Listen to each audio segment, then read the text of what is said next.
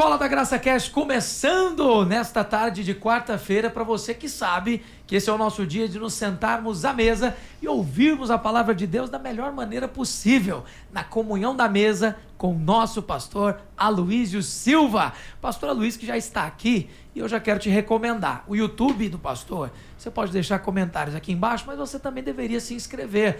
O pastor posta diariamente, tem a escoladagraça.com, que é um portal, e tem a imersão Supremacia da Graça. Mas você sabe, né? Esse é um grupo de pessoas especial que tem tanta fome de Deus que está lá para ouvir o que o pastor Aloísio está ministrando do livro de Hebreus. Pastor Aloísio, uma ótima tarde. Que maravilha, pastor. Agora nós aumentamos o nosso encontro porque estamos juntos na imersão também. O senhor está bem, pastor? Graças a Deus, pastor Guilherme. Quero cumprimentar a todos na graça e na paz do Senhor Jesus. E, de fato, lembrar que nós já começamos a nossa imersão no livro de Hebreus e está sendo muito, muito edificante, não é? Se você não teve oportunidade de se inscrever, você pode depois entrar na Escola da Graça e assistir a imersão inteira. Inclusive, pastor, eu estou sabendo de pessoas que no meio do caminho resolveram, né, entrar, porque a Supremacia da Graça é um estudo especial, novo, e se você por acaso quer entrar, tem como você assistir as aulas desde o início. Mas as lives não, as lives estão ao vivo, você precisa estar domingo, às 8 da manhã com o pastor Aloísio. Lembrando, é supremaciadagraça.com. Deixa eu cumprimentar pastor Luiz Rigonato, uma ótima tarde. Ótima tarde, Guilherme, que bênção, né? Nós estamos à mesa, como você disse, estar à mesa com o pastor Aloísio é ter uma mesa farta. E não basta ser palavra de Deus, tem que ser palavra viva para ser palavra de Deus. E o pastor Aloísio tem esse dom, essa graça de compartilhar a palavra viva conosco, que nos alimenta e nos dá vida. Amém. Aleluia!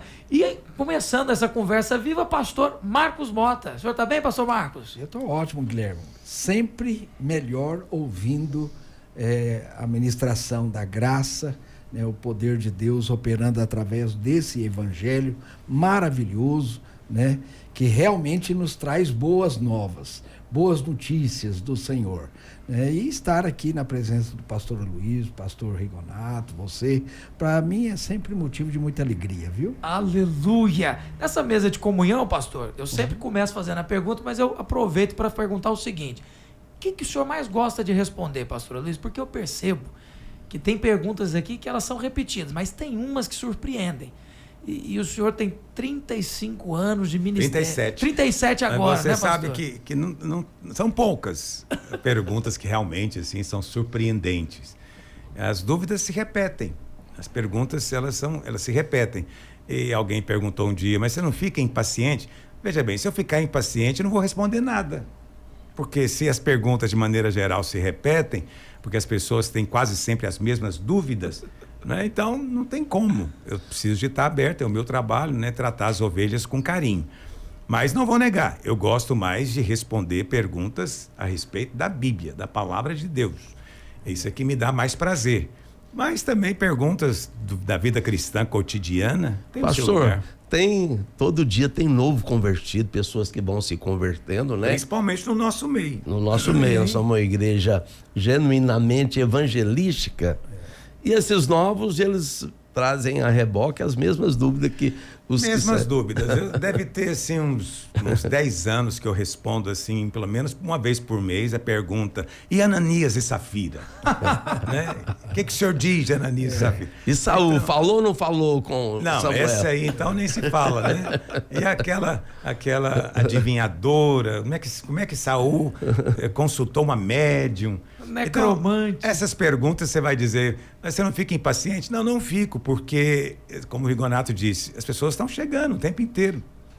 E elas começam a ler a Bíblia, elas vão ter as dúvidas. E a gente que tem mais experiência, mais ou menos já sabemos quais dúvidas serão. Tem aquelas criativas, né, pastor? Eu me lembro do senhor comentar de uma menininha que perguntou para o senhor se tinha animal no céu. Ah, sim. Não, se tinha, no caso era o cachorrinho que ela tinha perdido, né? Exato. Se tinha um céu para os animais.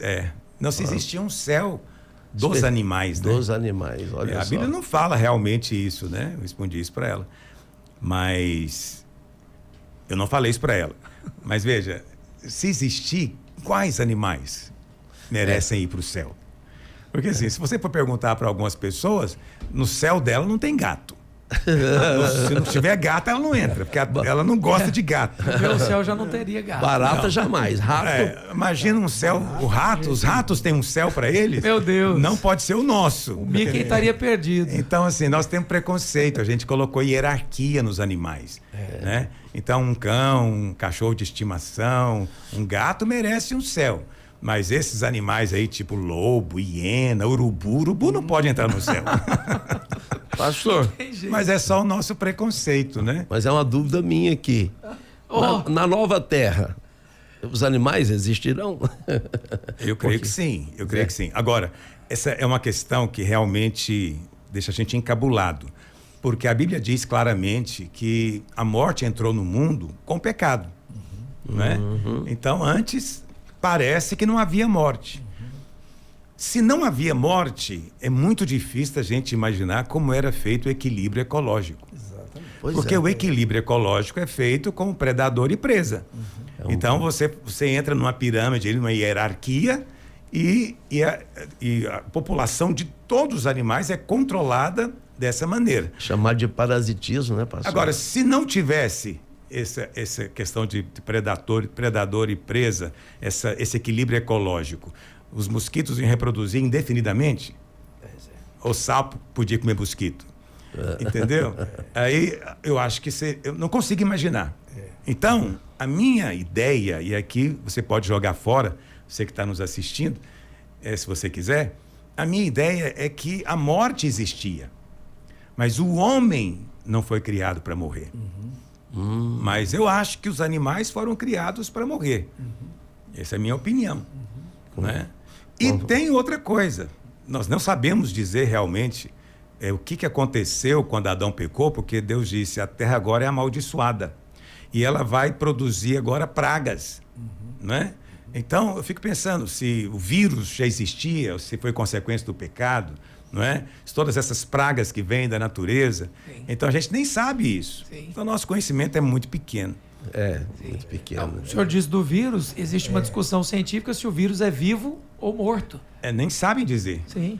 Né? Nem sabem dizer, porque ele cristaliza, né? E é interessante que eu acabei de ler uma notícia, né?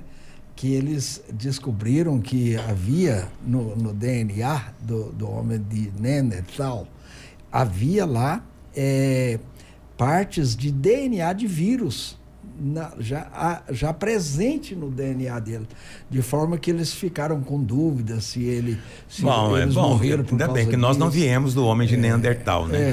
Vocês sabem disso. Estou falando por causa do passado. Não, mas né? eu não falo isso só porque eu sou pastor, não. É porque é a ciência que diz isso, né? Houve um tempo em que o Homo sapiens conviveu com homens de Neandertal. E ninguém sabe por que eles foram extintos. Só comentei porque o senhor falou Eu do sei, vírus na do verdade, passado, mas não vou contar né? para vocês. Não, aí não, pastor. Aí o podcast eu fico com dúvida do podcast inteiro. Vamos avançar. Vamos em frente. Deixa eu trazer então a Nádia Cristina, ela perguntou lá pelo Instagram do pastor. Então você que quer participar, segue lá, @AloísioASilva. Nosso pastor lá, a Nádia pergunta: pastor, minha única nora interpreta tudo o que eu falo de uma forma negativa. Isso tem gerado conflitos entre ela e o meu filho. Eu trato com muito amor, como se fosse a minha filha. Mas eu sinto que existe esse estigma entre sogra e nora. Ela está dificultando o nosso relacionamento. O que eu posso fazer, pastor, para mudar essa situação e construir uma convivência saudável e harmoniosa com ela? Olha, as coisas que você pode fazer são muitas. Você disse que está tratando ela com muito amor, como se fosse uma filha. É a primeira coisa que eu diria. Você está dizendo que já está fazendo. É muito estranho, então, que a sua nora não consiga perceber esse amor.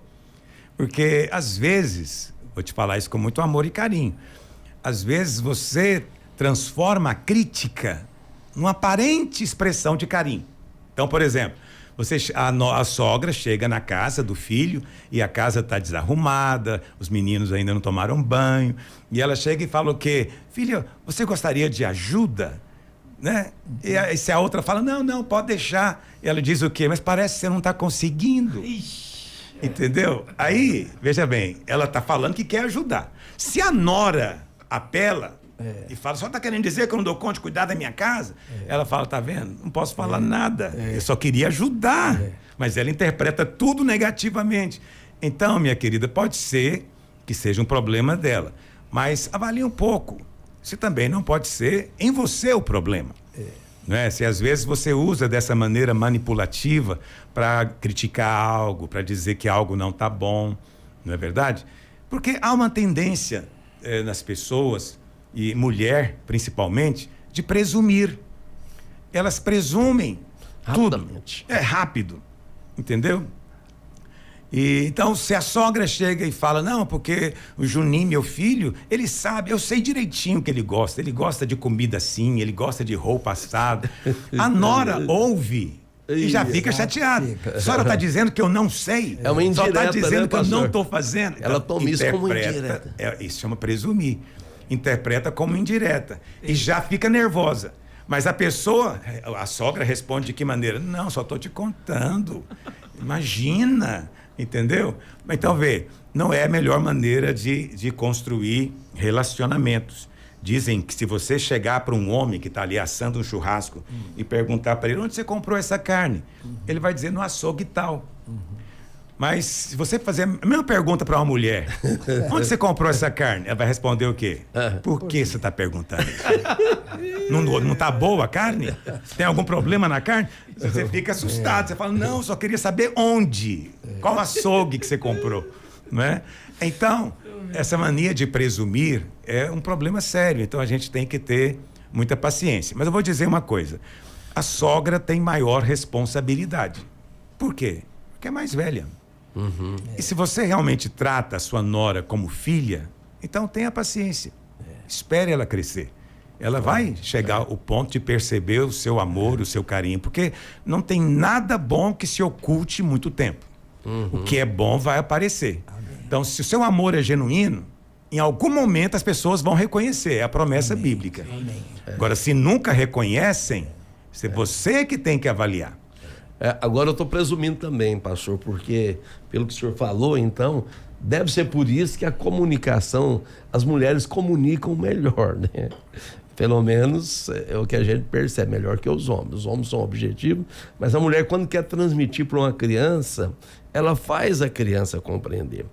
Eu acho que ela sabe que entre elas o fato de presumir é constante, aí elas tentam fazer com clareza. Sim, mas a clareza delas é tentar desarmar todas as possíveis interpretações. Então elas começam dizendo, não quero que você pense isso, nem aquilo, não quero que você pense que eu estou dizendo isso ou aquilo. Aí, por fim, ela diz. Então aí você fala, puxa, que clareza, não é verdade? Mas ela só estava tentando desarmar a outra para ouvi-la. O que é sábio, Sim. que é inteligente. Mas não tem jeito, é pesado quando tudo que você fala tem que ser interpretado assim, no mínimo, né, pastor? Tudo é interpretado. É difícil. Né? Tudo que você faz, tudo que você fala é interpretado. Isso não é amor. Não é? O amor é paciente, o amor é benigno. O que é ser benigno? As pessoas às vezes leem a Bíblia e elas pensam que é meramente um sinônimo de bondoso. Não é. Benigno é aquela pessoa que tem um olhar bom. Porque Jesus disse, se os seus olhos forem bons, todo o seu corpo vai ser iluminado. Mas se os seus olhos forem maus, o que pode ser feito? Vai ser trevas.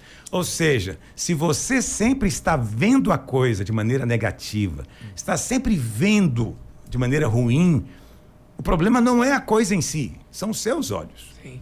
São os seus olhos. Então, mudar a visão, a perspectiva, a atitude é fundamental. Então, o que é ser benigno? É escolher ver de maneira positiva a circunstância. Então, eu me lembro uma experiência que eu tive, muito simples, mas que eu nunca me esqueço. Há muitos anos atrás, nós tínhamos 2 ou 3 secretárias e nossa igreja funcionava diferente, nosso anexo administrativo era em outro lugar. E não tinha ar-condicionado lá. Nossa. Um belo dia, o dinheiro deu, eu comprei um para mim. Coloquei na minha sala. Mas elas não tinham ar-condicionado. Elas ficavam se abanando lá. E aí, uma delas falou, pastor Luísio, para ele tem ar-condicionado. Mas para nós aqui, sobra o quê? O calorão. Aí, eu chamei ela. Falei, entra aqui, vocês 3. Eu perguntei, por que você acha que eu tenho ar-condicionado?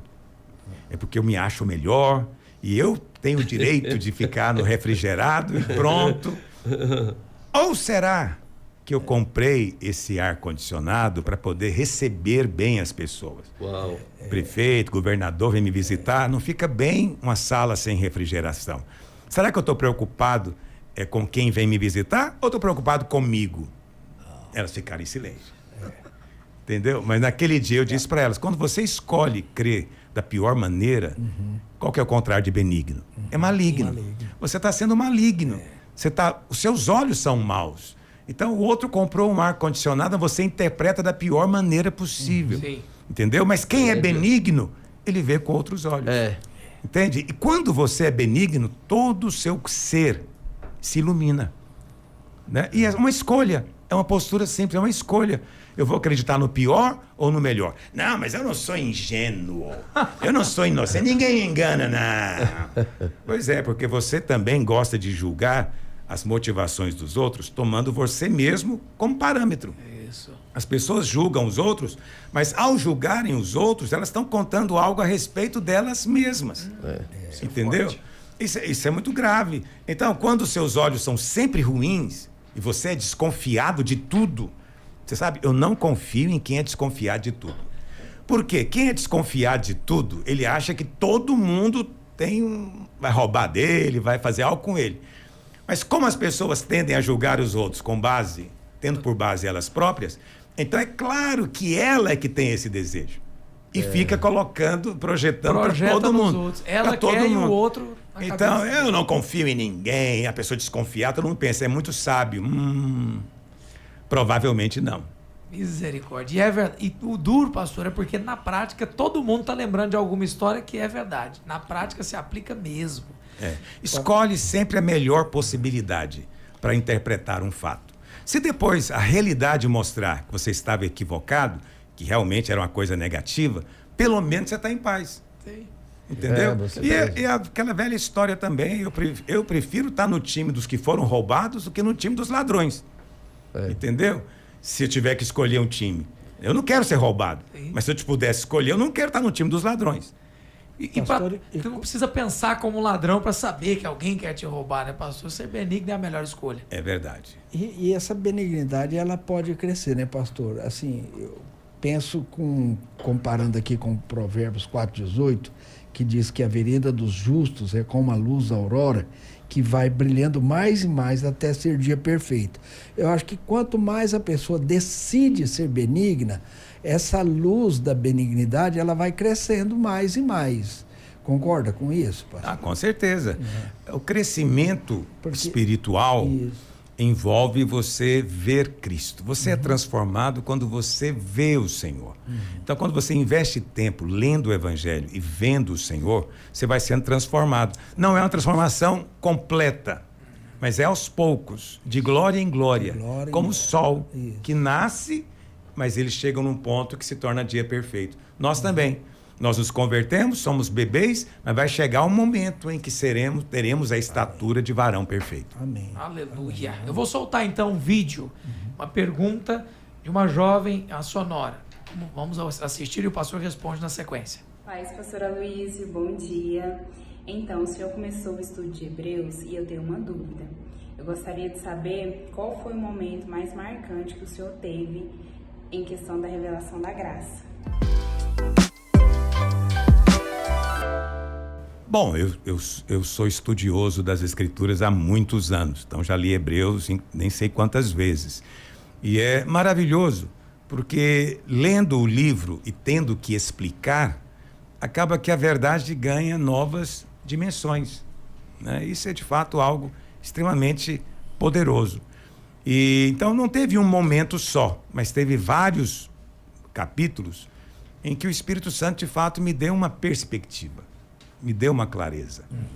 Né? Eu tenho pregado, inclusive, isso agora. Né? Um dos capítulos é o capítulo 7, né? Que fala de Jesus como sumo sacerdote da ordem de Melquisedeque.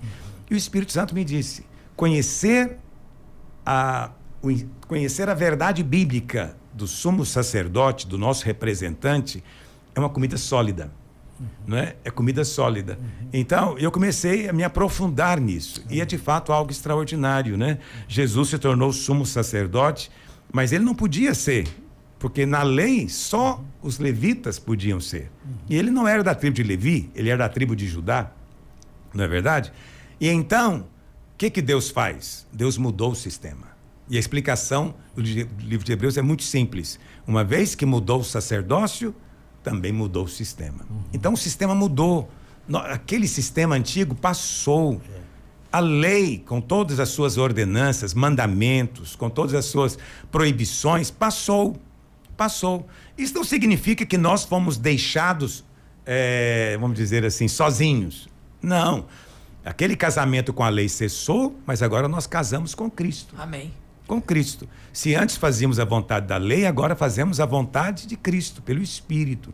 Ok? Então, muitas pessoas às vezes nos ouvem falando isso e ficam pensando logo que nós somos um povo libertino, licencioso, né? Uma igreja realmente da porta larga, que os crentes fazem o que bem entendem. Eu recomendo realmente que as pessoas façam o que querem. Porque na hora que ela faz o que ela quer, ela mostra quem ela é. E é melhor se ela vier a saber agora do que saber no dia do juízo. Tem gente que finge muito bem, né, pastor? Finge bem. Então, aí você fala, mas às vezes ele é crente de verdade, mas ele está fazendo isso. Não, se ele é crente de verdade, ele fez algo contrariando a sua natureza, ele não vai sentir bem. E ele depois vai querer parar de fazer. Ele vai te procurar, pedir ajuda, não quero isso, me sinto mal. Esse é o sinal de que é crente. Sim. Agora, aquele que de fato está aqui dentro, vivendo aqui, só com base na proibição, vou ficar porque é proibido, né? Vou ficar porque se eu não ficar, eu vou ser condenado, julgado por Deus no dia do juízo. Então, esse pode ser que nunca se converteu. Porque está no velho sistema.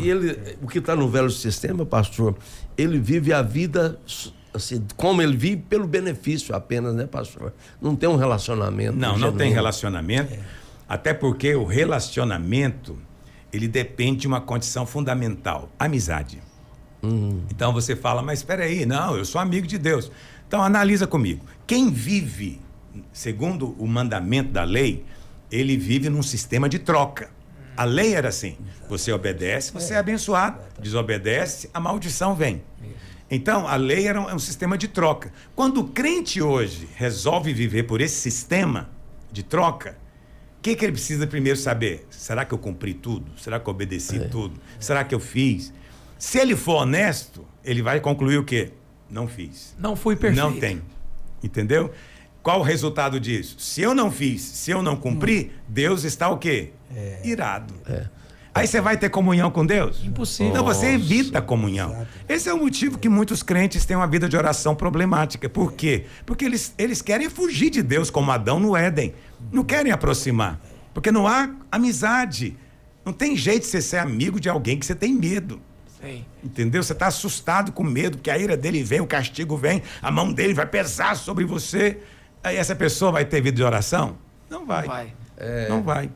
Não confia que recebe. Pastor, hoje eu estava lendo esse versículo, Lucas 16, lembrei da aula de ontem, que o senhor estava tão didaticamente mostrando a respeito da mudança ali da lei e da graça. Lucas 16 diz que a lei, Jesus já tinha falado aqui nesse dia, a lei e os profetas duraram até João. Desde então é anunciado o reino de Deus. Né? Então aqui Jesus já estava contando, ele mesmo já estava explicando isso, né? E agora o Hebreus ajuda do entendimento. Paulo vem trazer esse entendimento. É verdade. Voltando à sua pergunta, né? O que me marcou no livro de Hebreus, como eu disse, são várias coisas. Uma outra coisa que foi muito forte no meu coração foi a interpretação, né, e a análise que nós fizemos de Hebreus 11 e 12. Hebreus 11, se você não conhece, é onde está escrita a definição de fé, no verso 1 até o 3, tem a definição. Fé é a certeza de coisas que se esperam, a convicção de fatos que não se veem. Então ali tem a definição, e depois o autor de Hebreus, do versículo 4 até o final, no 30, ele vai fazer uma, como é que eu vou dizer, uma galeria né? Todos, assim, muitos nomes do Velho Testamento de homens sensacionais. E ele termina o capítulo dizendo, olha, era gente que o mundo não era digno. Gente foi perseguida, maltratada, gente que foi cerrada ao meio, foi presa, açoitada, gente que sofreu por causa da fé que tinham. Mas é muito interessante isso. E no capítulo 12 ele começa assim, então nós, visto que temos a rodear-nos tão grande nuvem de testemunhas, e desembaraçando-nos de todo o peso e do pecado que nos assedia, corramos, né, a carreira que nos está proposta. Como? Olhando firmemente para o autor e consumador da fé. Então você vê, no capítulo 11, você tem muitos homens que creram. Mas no capítulo 12 ele fala, você não deveria estar olhando para eles. Eles são homens sensacionais, mas você não deveria estar olhando para eles. Tem que olhar para Cristo, porque Cristo não teve fé. Ele é o autor da fé. Ele está num nível tão superior que eu nem vou incluir ele aqui nessa lista.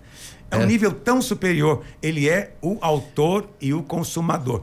Você sabe, na Bíblia, revista e corrigida, eu gosto sempre de usar a corrigida porque em muitos textos a tradução dela é melhor do que na atualizada. E o texto de Gálatas 2:20, ele é mais claro na corrigida, que diz o quê? Estou crucificado com Cristo. Logo, já não sou eu quem vivo, mas Cristo vive em mim. E esse viver que agora eu tenho, eu vivo pela fé do Filho de Deus. Não é no. Não é no. Não é a minha Na fé. atualizada está no, mas a tradução correta é do. Do. Nós vivemos não na minha fé, eu vivo na fé dele. Isso é uma coisa misteriosa. Quantos crentes entendem isso? E quantos sabem como aplicar isso na vida prática? É difícil, né? Pastor, e o que o autor de Hebreus está nos ensinando sobre os heróis da fé, como é o título, né, da maior parte das versões de Hebreus 11, é que é para fazer como eles fizeram. Como eles fizeram. Eles também olharam para Jesus, né, pastor? Mesmo vivendo em épocas antes de Cristo. Sim, é isso que o texto, inclusive, diz no final do capítulo 11. Contemplando de longe, mas não alcançaram. Jesus disse a respeito de Abraão, ele fala, olha, Abraão viu o meu dia e se alegrou. João capítulo 8. Então, esses homens do Velho Testamento são, de fato, heróis, sim, com certeza. São campeões. É gente extraordinária, né? O que você pode falar de Abraão, Moisés, Davi, Daniel... Né? São homens extraordinários. Mas o autor de Hebreus diz, olha, eles viram de longe. Eles viveram como a sombra. Eles não provaram a realidade. Amém. Entendeu? Mas você agora recebeu a promessa. Aleluia. Então, o que eles sonhavam, você tem. E aí, isso me introduz num ponto que eu acho que o Marcos Mota estava lendo o texto de Lucas, me lembrei. Que Jesus disse, ele falou, olha, dentre os nascidos de mulher... ninguém é maior do que João Batista. Então ele era maior do que Abraão, ele era maior do que Moisés, Maior que Davi. maior do que Davi. É assustador. João Batista foi o último dos profetas do Velho Testamento. Maior As pessoas que Elias. pensam que é do Novo, mas não é. João Batista é do Velho. João Batista não tinha Cristo habitando nele. Entendeu? Cristo não tinha morrido e ressuscitado ainda. Então ele é profeta do Velho, no padrão do Velho. Mas é impressionante que esse que Jesus disse que é maior do que todos, ele nunca fez um milagre. Elias, por exemplo, ficou para trás. Para trás. Jesus disse que João é maior. Dos nascidos de mulher. Que coisa impressionante. Até aquele dia. Mas ele fala uma coisa interessante logo em seguida. Mas o menor no reino de Deus é maior do que João. Aí é um paradoxo. Então, se você, Rigonato, é maior do que João, e não importa se você é pequenininho aqui, Sou maior que Davi. porque o menor aqui é maior do que eles. Então você é maior do que Davi, maior do que Moisés, maior do que Abraão. Meu Deus do céu, é assustador isso. Mas o que significa isso? Significa o seguinte, o que tornou João o maior? Né? Milagres não foi, porque ele não fez. Não fez cair fogo do céu, Machado não abriu, levitar. não abriu o Rio Jordão, nada, nem ressuscitou morto, nada. Então, o que fez ele ser maior foi porque de todos os profetas, diz a Bíblia, todos contemplaram de longe a Cristo. Mas João Batista foi o único que apontou o dedo e falou, eis o Cordeiro de Deus. Chegou, esse é o Cordeiro de Deus. Então, isso é que torna você maior hoje. Porque você tem Cristo numa proximidade com você tão grande que eles nunca tiveram. E sonhavam em ter. E muitos crentes hoje não têm noção do que tem. Não tem. E o que é pior, querem voltar para lá. Eles sonhavam estar aqui. E tem crente aqui achando que tem que voltar para lá. Puxa vida. Isso é uma Somos coisa... maiores Senhor. no reino de Deus. Esse é um mistério, pastor. Ser superior a todos esses. Porque a gente, pastor, vamos falar a verdade, a gente se impressiona com coisa diferente do que Deus se impressiona. Nós nos impressionamos com milagres, sinais, prodígios, e Deus, na verdade, está procurando um coração humilde, que Ele possa habitar. Isso, e que aponta para Cristo. Sim. Cristo é a oferta que Deus aceita. Cristo é a adoração que Deus aceita. Então, se você centraliza Cristo na sua pregação, na sua adoração, na sua vida diária, você está vivendo um estilo de vida superior. Pastor, então me permita só fazer um exemplo e perguntar. 2 pastores estão pregando. Um faz o machado levitar do fundo do Rio Jordão. O outro prega que Jesus, esse morto e ressurreto pelos nossos pecados. Nós deveríamos escolher prontamente aquele que prega Cristo como superior. Olha, quem diz isso não sou eu. É o apóstolo Paulo, lá em Gálatas, capítulo 1. Ele diz, olha, ainda que apareça do céu um anjo, ele diz, ou até mesmo eu, pregando outro evangelho, que seja o quê? Anátema. Então, o critério, nesse caso, é a mensagem. O que ele está pregando? Se a mensagem dele aponta para Cristo, aleluia, que machados flutuem, que mortos se levantem. Mas se ele está pregando outro evangelho, uma outra maneira, supostamente, que não existe, de ser salvo, então nós temos que considerar esse cara o quê? Amaldiçoado, anátema. E não deveríamos ouvi-lo, mesmo com todos esses sinais. Porque sinais podem acontecer, entendeu? Mas nós julgamos a mensagem. E a mensagem é essa, Cristo. Se não for Cristo, Cristo crucificado, ressurreto, único caminho para o céu, então seja anátema. Glória a Deus. Teve Isso é alguém, pastor, maravilhoso. que viveu antes da lei, que foi Abraão, né? O crente Abraão. Não tinha lei para ele. Então agora também, nós também estamos fora da lei novamente agora, após Cristo. Sim, é uma expressão, como dizia assim, bem irônica, não é? Paulo diz, olha, dizem que nós vivemos sem lei, mas ele fala, não é verdade, nós temos uma lei. Só que a nossa lei é muito superior. É chamada de lei da liberdade, lei do espírito da vida, entendeu? Deus agora, presta atenção, quando no Velho Testamento, aqueles judeus receberam os 10 mandamentos, eles não tinham a natureza de Deus, não tinham a natureza de Cristo. Então, aqueles mandamentos era algo que ia contra a natureza deles. A natureza deles não é de não matar, é de matar. A natureza deles não é de não adulterar, é de adulterar. Entendeu? Então, eles tinham que lutar contra as suas tendências interiores para cumprir o mandamento. Na nova aliança, não. Deus já escreveu a vontade dele no nosso coração. Amém. Então, você passou a querer o que ele quer. Mesmo que você, por você mesmo, não consiga, é claro que ele vai te ajudar, mas você quer. Então esse querer mudou, porque mudou o coração. Entende? Então a lei não é para nós. Porque por esse raciocínio, se a lei fosse para nós, se ela fosse um meio de salvação, Deus é cruel. Por que é cruel? Né? Se você entendeu essa coisa da natureza, vamos imaginar que nós somos cães. Um belo dia Deus chega e fala, olha, é o seguinte, para chegar no céu você tem que ser gato. Eita. Você tem que miar como gato, fazer as coisas como gato. Não pode latir. Não pode latir, só miar. Aí você é cão. Você não mudou sua natureza. E aí você fica tentando ser gato. Entende? Vamos ser francos. Esse cão vai sofrer? A vida toda. Vai ser um sofrimento enorme para ele. Ele está cada instante. tentando Vida ser o que ele dele é não é. difícil. Mas eu tenho que ser assim, senão eu não chego lá. Quer dizer, vê lá se isso era a vontade de Deus. Deus só queria que esse cão chegasse para ele e dissesse, Senhor, não consigo. O máximo que eu consigo ser é um cão bem comportado. Um pouco mais calado. Posso me calar, mas miar não dá para mim. Então, aí Deus iria responder com Cristo, com a graça. Entendeu? Então, Deus não é cruel. E aí, o que ele faz? Ele percebeu esse defeito, Hebreus diz, né? Deus viu defeito na velha aliança, e ele então traz uma superior, essa nova aliança. Nessa nova aliança, o que ele faz com esse cachorro? Mata ele em Cristo e ressuscita ele como gato. Estou apenas seguindo a minha ilustração. Entendeu? Agora, miar faz parte da sua natureza.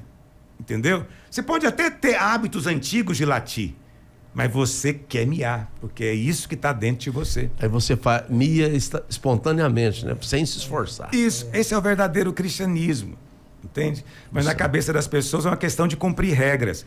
Se fosse cumprir regras, não precisava Jesus ter vindo. Bastava ler os mandamentos para cada um, colocar na escola, cada um praticar. Não precisava de Cristo. Cristo veio porque ninguém consegue cumprir. Aleluia. E o que a Bíblia, quando a Bíblia diz, né, pastor, que nós temos que tornar o nosso pensamento submisso à obediência de Cristo.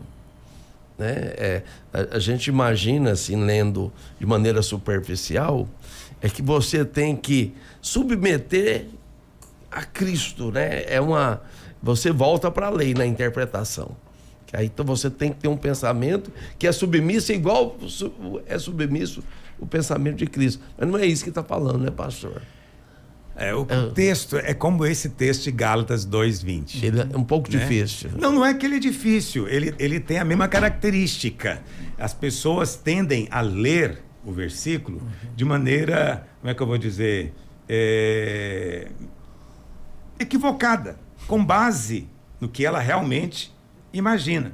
Então a Bíblia fala assim, ele diz assim, embora andando na carne, 2 Coríntios 10, não militamos segundo a carne, porque as armas da nossa milícia não são carnais, mas são poderosas em Deus para destruir fortalezas e sofismas e toda altivez que se levante contra o conhecimento de Deus. Aí vem a parte que você falou, levando cativo todo pensamento à obediência de Cristo. Entendeu? Esse eu fiz questão de repetir o Parafraseado. significa para. Entendeu? Você leva o seu pensamento cativo para ele ver o quê? A obediência de Cristo. Aleluia. Entendeu? Não é a sua obediência, é de Cristo. Então, quando você coloca a sua mente, né, e você entende que tudo em você é resultado da obediência dele, então você vai levar a sua mente cativa e dizer, Cristo já cumpriu a lei. Amém. Ele levou meu pecado, eu recebo a justiça dele. Quando o seu pensamento é conduzido para ver a justiça de Cristo, então você tem vitória. Aleluia. Né? Glória a Deus. Meu Deus do céu. Se você não entendeu, você volta aqui no vídeo e ouve de novo. Pastora Luísa está dando aqui para nós um pouquinho do que está sendo a imersão Supremacia da Graça. Então eu vou fazer o seguinte, vou para um rápido intervalo. Na volta, aqui no Escola da Graça Cast, eu trago a pergunta do Josué Abrão, lá de Uruaçu, e trago também um vídeo de uma pergunta que está feita gravada. Você que quer participar, lembre-se, segue o Pastor Luiz no YouTube, no Instagram e participe supremaciadagraça.com da imersão do livro de Hebreus. Rápido intervalo, Escola da Graça Cast já volta. Em novembro de 2025, realize seu sonho de conhecer Israel com pastora Aloísio Silva e pastora Márcia Silva, caminhando onde Jesus andou. Sua leitura bíblica não será mais a mesma, com uma experiência vivida presencialmente. E uma novidade, batismo no Rio Jordão para juvenis a partir de 12 anos. Garanta sua vaga pelo WhatsApp 62991878888 ou pelo site viabrasilturismo.com.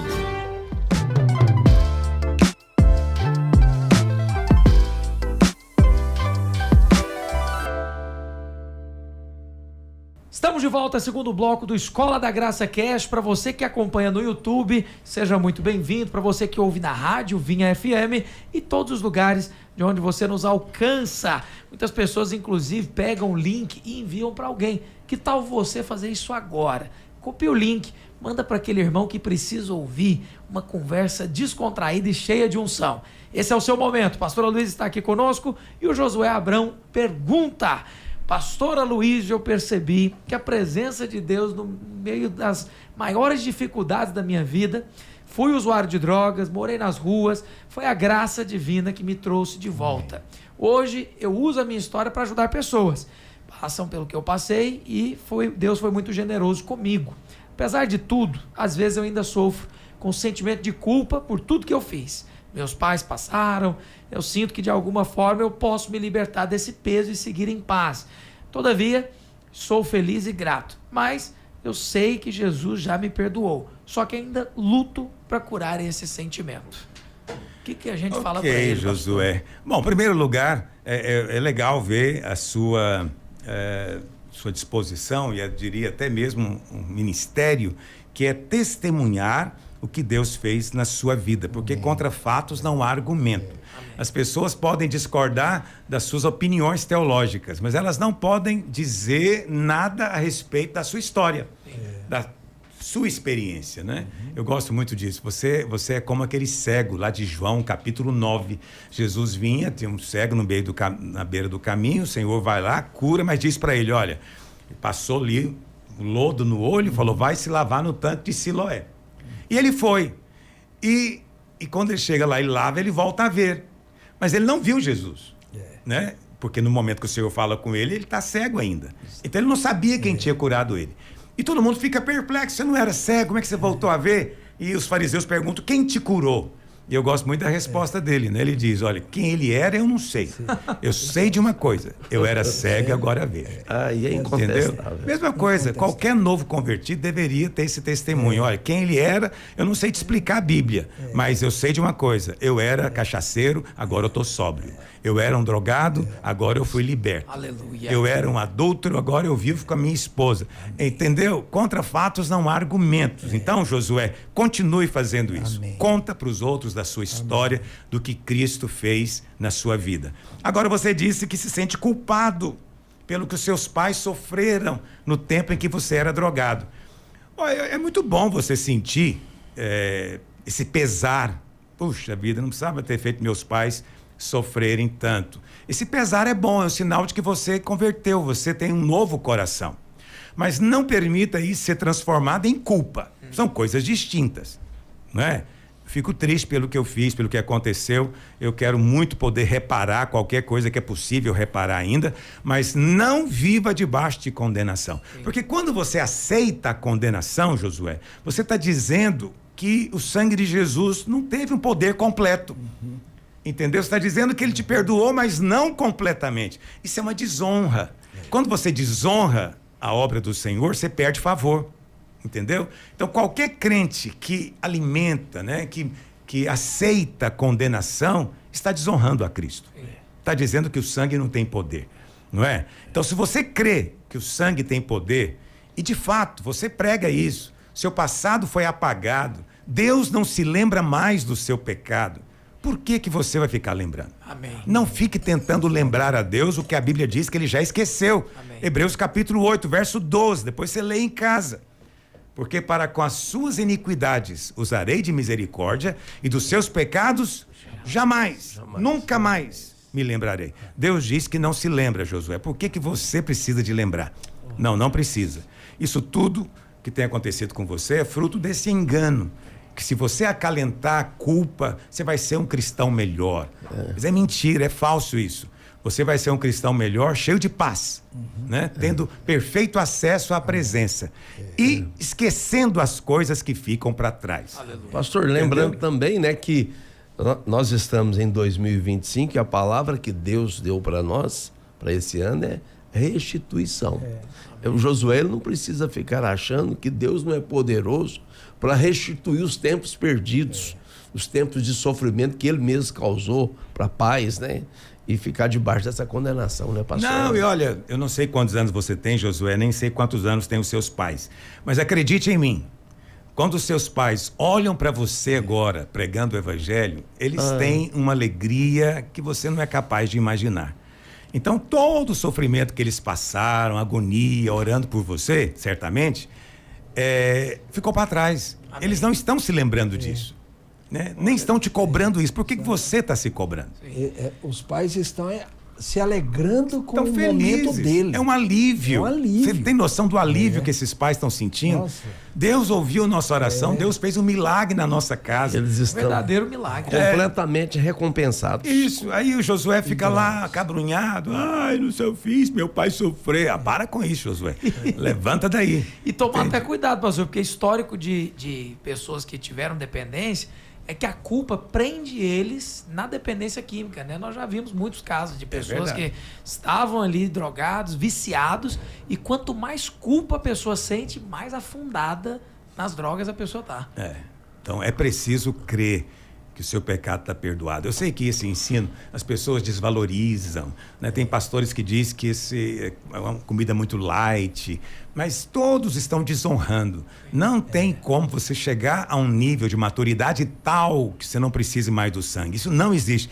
Pelo contrário, quando você genuinamente cresce, você percebe que na sua carne não tem nada bom, mais você valoriza a salvação completa e perfeita que o sangue de Jesus nos deu. Aleluia. O senhor tem uma história, pastor, até de uma palavra que o senhor pregou, de um pastor que o filho dele se envolveu nesse movimento do sexo, drogas e rock and roll, e o menino se perdeu, que sumiu no mundo, viajando, dormia naqueles acampamentos de hippie. Uma certa noite o pai fez uma visita. Um abrigo. Como é que é essa história, pastor? Boa demais. Inclusive aplica para o Josué. Eu esqueci agora o nome do pastor. Ele é um ministério grande nos Estados Unidos. E mais velho do que eu. Ele era um jovem na época, no final da década de 60.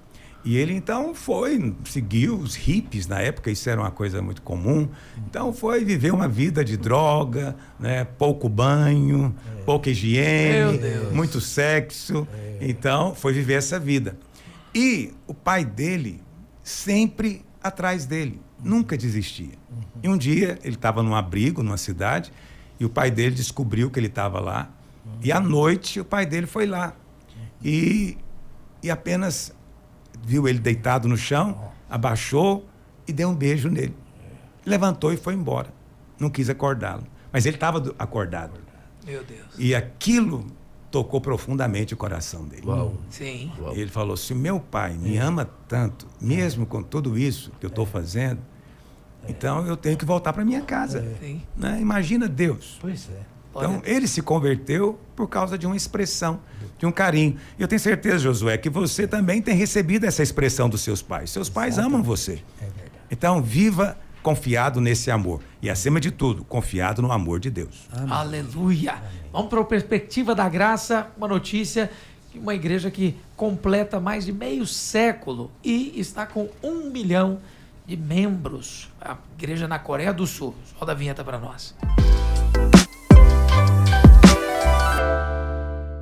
Muito bem, coloca então a notícia na tela. O pastor Aloysio, inclusive, já esteve lá, ele comentou conosco. Eu vou ler então, assim como está na notícia. Igreja na Coreia do Sul tem quase 1 milhão de membros e mais de meio século de existência.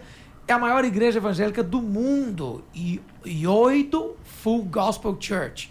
Não sei se eu falei certo, é assim a pronúncia, pastor? Isso, Yoido Full Gospel Church. E ela está em Seul, né, na Coreia.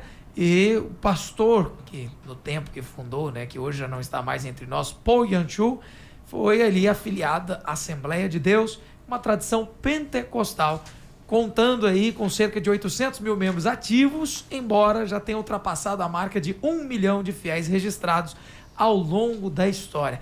Pastor Aloysio, eu acho que um cadastro de membros numa igreja desse tamanho é complicado, né? Olha, eu fui lá na Coreia visitar. O ano que vem, inclusive, eu vou de novo, porque nós estamos começando uma célula lá na Coreia. Né? Por enquanto, uma célula em inglês, mas se Deus quiser, vamos ter lá líderes coreanos. Aleluia. Mas eles gostam muito de coisas em inglês. A maior parte deles, inclusive, fala inglês. É um povo culto. Mas é precioso ver a história dessa igreja, né? Meu ministério foi muito marcado no início por causa das histórias e testemunhos que o Po Yong-cho, que era o pastor dessa igreja, já faleceu, e ele contava. Né? Então, esses livros foram lançados na década de 80. Em 89, depois que eu fui ordenado pastor, nós resolvemos começar um trabalho, na época chamado de grupos familiares, hoje a gente chama de células, mas até o nome grupo familiar é porque na Coreia é chamado de grupo familiar. Que legal. Né? Então foi por meio dessa estratégia que eles cresceram exponencialmente, se tornaram a maior igreja local do planeta. É uma coisa realmente poderosa. E um povo que ora. Você sabe, eles tinham oração de madrugada todo sábado, né? Então os crentes iam para lá orar 4 horas da manhã, oravam até às 6, mas eles oravam aquela coisa pentecostal. Não sei se você já foi na igreja pentecostal, nem sei se ainda é assim, mas era assim antes, né? Tem um sininho em cima do púlpito. A campanha. E o pastor diz, vamos orar. Aí acabou, ninguém segura mais não. Eles vão orar, e aí se o pastor quiser parar, ele tem ali a campainha que ele aperta, o povo, né, para. Entendeu? Mas veja, era uma igreja que eles colocavam para orar 2 horas. Uau. Então, é uma coisa... E eles oravam às 2 horas. E era o culto mais cheio da igreja. Da madrugada? Da madrugada. É mesmo, O mais pastor? cheio. Que isso. 4 da manhã. Até hoje eu acho que é ainda o maior. As pessoas vão mesmo para orar. Esse também é um dos segredos, né? Não é tanto tão secreto assim, do crescimento e da frutificação. Mas uma coisa preciosa, aconteceu de fato um avivamento ali na Coreia do Sul. Não sei se você sabe disso, mas não é só a maior igreja local. Lá também estão a maior igreja presbiteriana do mundo, a maior igreja metodista do mundo. Tudo lá? Tudo lá. E são prédios, assim, extraordinários, né? Essa metodista, então, parece uma coisa, assim, futurista, né? Uma coisa lindíssima. Então, tudo lá na Coreia do Sul. Então, essa coisa exponencial, gigantesca, não foi só numa igreja. Aconteceu em muitas. Aleluia. É impressionante, né, pastor? Tem algo, então, que nós podemos aprender desses irmãos. Tantas igrejas grandes ali, né? Precisa de ter humildade, né? É preciso ter humildade. Tem pessoas que, primeiro, não valorizam o número. Então, eles dizem, não, nós somos o pequenino rebanho. Então, é claro que nós não devemos colocar o número e idolatrar esse número e achar que isso diz tudo. Mas também não podemos ignorar, ter medo dos números. Não toca nesse assunto, ninguém conta membros. Não, nós não temos fobia e nem temos idolatria. Entendeu? Nós valorizamos os números. Por quê? Porque a Bíblia valoriza. O livro de Atos, se você for pegar os primeiros capítulos, diz lá, na primeira pregação de Pedro, quase 3.000 se converteram. Depois, no capítulo seguinte, chegou a 5.000. Depois, no capítulo seguinte, ia crescendo o número dos discípulos. Entendeu? Então, a Bíblia fez questão de contar que tinha um crescimento. Então, preste atenção. Tudo que é saudável cresce. Então, a sua célula, a sua igreja local, também tem que crescer. Senão, tem doença. É preciso remover a doença para voltar a crescer.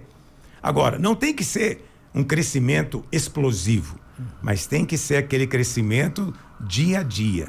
Todo dia o Senhor acrescenta alguém. Sempre tem novo convertido. Na verdade, a ausência de novo convertido numa igreja é um mau sinal. É um sinal de doença daquela igreja local, independente se é pentecostal ou não.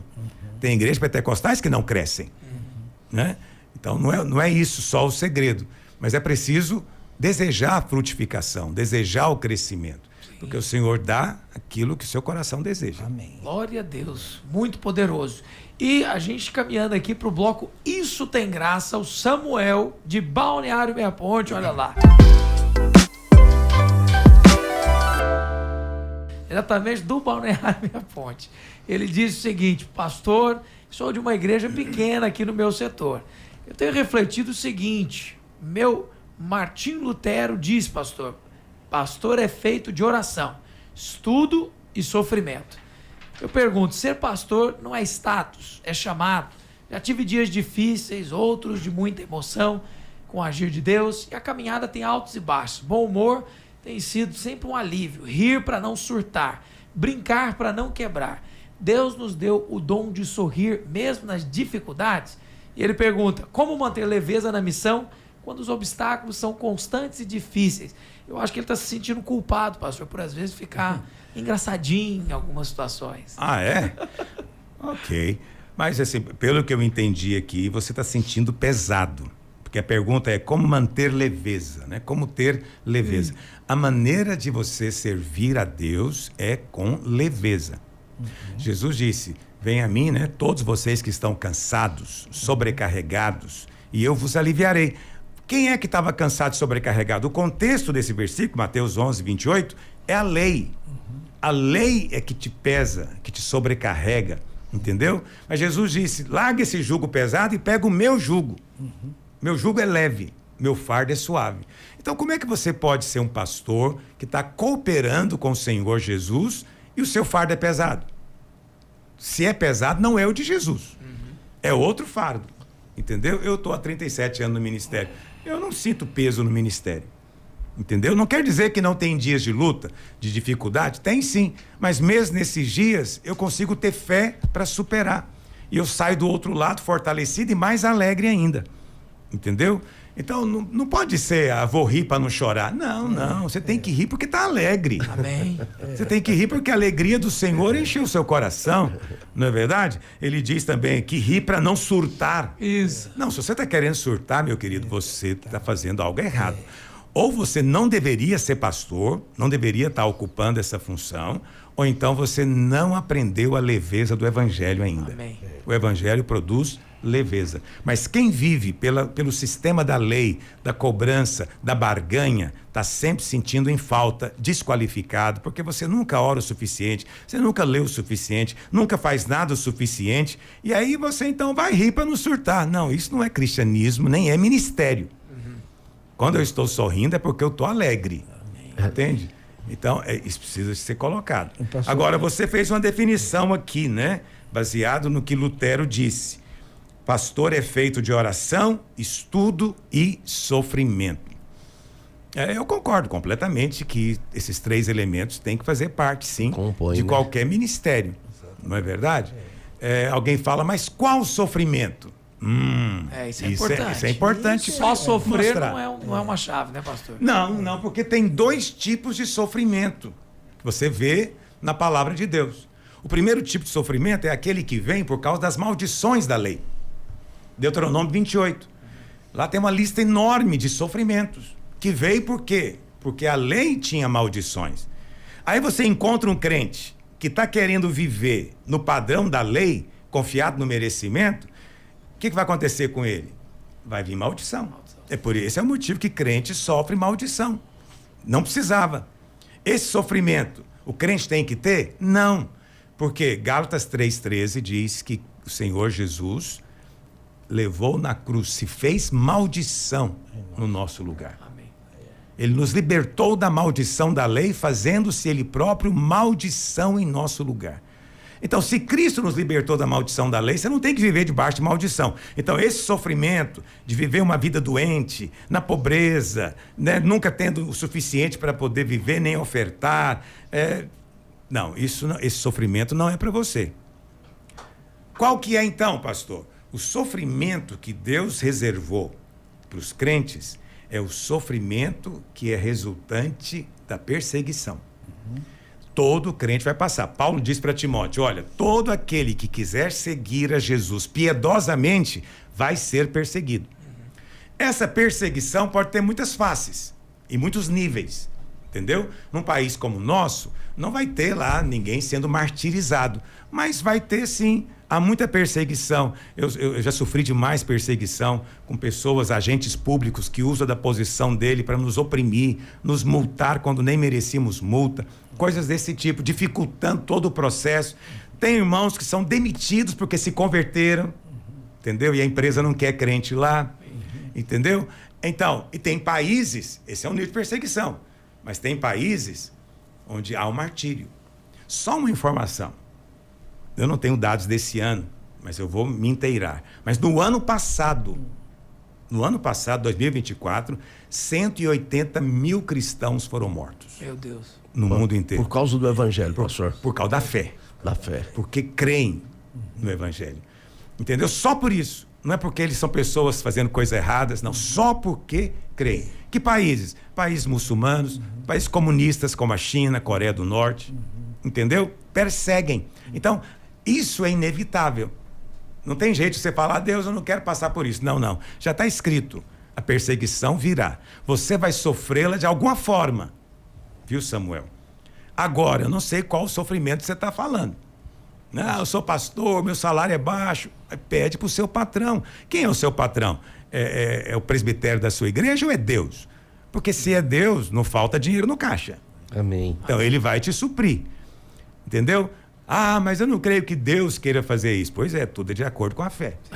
Então fique em paz. Pastor, uma das decisões assim da sua gestão como pastor, eu tenho o privilégio de estar com o senhor há 25 anos, e uma decisão que eu acho que é brilhante, tem me abençoado muito, é o início de todo semestre em oração.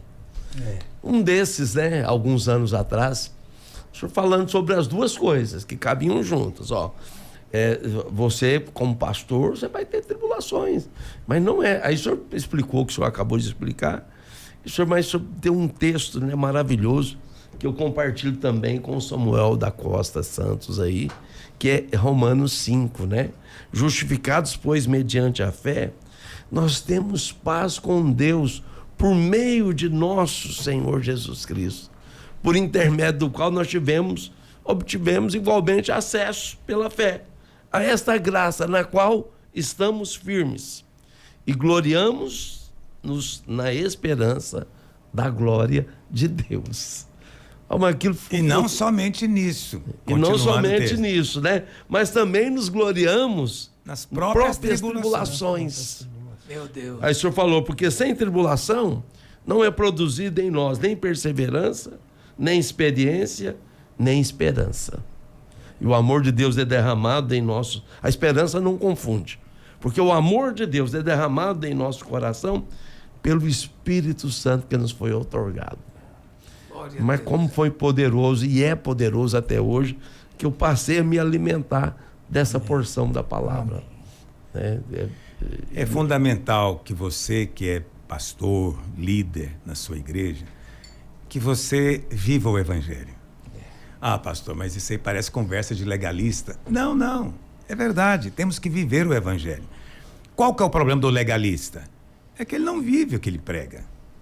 Entendeu? Ele não consegue. Ele não acredita no que ele prega, né, pastor? Não, ele até acredita, mas ele não consegue. Entendeu? O legalista colocou uma série de mandamentos e ele não consegue. Aí só tem duas saídas para ele. Ou ele vira um hipócrita, sai pregando coisas que não vive, ou ele vira um crente angustiado. Entendeu? Espero que não seja o seu caso. Mas, pastor, o pregador da graça tem que viver também o que ele prega? Sim. E o que é que você prega? Você prega que você está em paz com Deus. Seus pecados foram perdoados. Deus não se lembra mais deles. Aí eu sou pastor, eu vivo isso. Eu não fico na minha casa pensando, ai meu Deus, se Deus estiver lembrando, meu Deus, me livra da ira. Não, eu pratico. Entendeu? E quando eu pratico, eu sinto leveza, eu não sinto peso. Glória a Deus. Eu sinto alegria, não sinto tristeza. Eu não estou querendo surtar hora nenhuma. Né? Não nego que às vezes fico cansado e nem atribulado. Eu reconheço que tem tribulações. Elas vêm mesmo. Mas quando você está em paz com Deus, você não fica achando que é Deus que mandou. Seu pecado agora te achou. Você vai ver o que vai acontecer. Não. Quando eu tenho a tribulação, eu me glorio, Paulo diz. Eu me glorio. Deus está manifestando já para me dar o livramento. Amém. Não é o sofrimento da culpa. Não. Não tem nada a ver com culpa. É em paz. Isso aí, pastor, é um mistério que só a graça pode explicar. Gloriar-se na perseguição, no problema, na escassez. Como é que a gente consegue gloriar num negócio desse? Quando você sabe que tem um pai e o seu pai é rico. Enquanto você acha que está relacionando com um Deus sentado no trono, um juiz que está lá para avaliar todas, e anotando tudo que você faz para te castigar, enquanto você vê Deus assim, você não tem fé para nada. Você não tem fé para superar coisa alguma. Mas veja, se você sabe que o seu pai te ama, você vai correr para ele, né? Então, quando eu era criança, infelizmente, meu pai se separou da minha mãe quando eu era bem novinho, mas eu achava, tinha inveja, vou ser honesto, né? Os meus colegas, porque quando acontecia um problema, o que eles diziam? Vou contar pro meu pai. Vou contar pro meu pai, ele vai vir aqui resolver. E todo mundo tinha medo, né? Eu não podia dizer isso. É muito ruim quando você não pode dizer. Acredite em mim. Mas eu estou querendo te dar uma aplicação espiritual, né? Você deve dizer para as circunstâncias que você vai conversar com seu pai. Amém. E quando você conversar, você tem que confiar que você é amado. Amém. Filho e amado. Amém. Isso faz toda a diferença. As pessoas perguntam, pastor, como eu devo orar? Não seja só verdadeiro com Deus, né, pastor? Você já vai entrar para um trilho de suficiência, né, pastor? Você sendo honesto. Se você é sincero e honesto, você já está fazendo uma grande coisa. Porque quem é sincero vai admitir que não consegue cumprir a lei, não consegue se qualificar para nada. E se você é honesto, você vai chegar diante de Deus orando pelo quê? Pelo favor imerecido. Senhor, não trabalhei, mas olha eu aqui para te pedir o salário. Né? Isso é a graça. Favor imerecido. Essa cara de pau é fundamental para você avançar. Senhor, eu sabia que eu não devia ter comprado uma areia, mas agora eu te peço. Me ajuda a vendê-lo. Ó, isso aí é a graça, mas é com Deus, não é com o pastor Luiz, não, viu? Não é Não vem querer bagunçar, não. Nós estamos chegando ao final de mais um podcast, mas, pastor, eu não perguntei na hora, por isso eu vou só voltar para fazer essa pergunta simples. O senhor disse que o culto mais cheio da igreja da Coreia do Sul é o da madrugada.